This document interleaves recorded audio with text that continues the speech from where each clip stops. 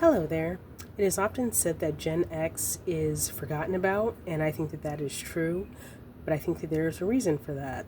And the reason is that a lot of Gen X is dead and got incarcerated and have been dead for a long time. So Gen X is somewhere between maybe 50 to 65.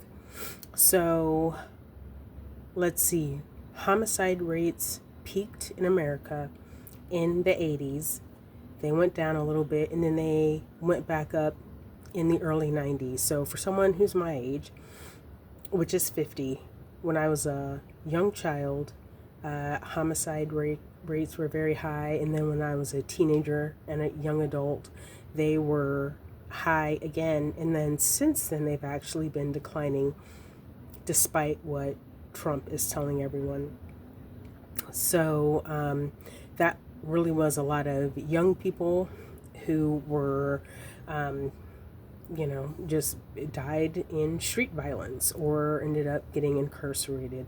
So there simply are not that many Gen Xers. I don't think that there were a lot of us even born compared to like the baby boomers and probably the millennials too, but there were just a lot that died. So I mean, there just aren't that many people in that age range. So there is that. And crime was high in the 80s and the 90s. I remember as a young child, Washington, D.C. being called the murder capital of the world, but that was in the 80s. Crime has been declining since then. So that is why Gen X tends to be kind of the forgotten generation. And also, it kind of almost gives some proof, aside from just the raw statistics, that crime actually has been on the decline. It popped back up during COVID because people kind of lost it then and didn't have enough to do, but it's been going down since then. So there's that. Now I'll talk about stats a little bit. It's kind of interesting how so many people are refusing to believe the statistics that say that crime is declining in America.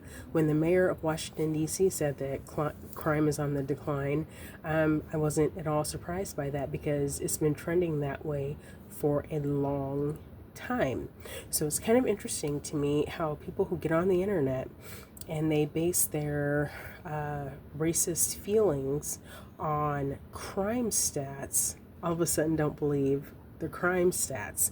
Now that the crime stats are not fitting the narrative, now all of a sudden the crime stats are not valid. So it's kind of interesting how there's just been that just mind flip.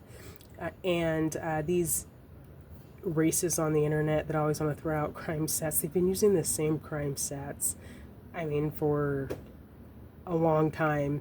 They don't update their information. It's important to update your information.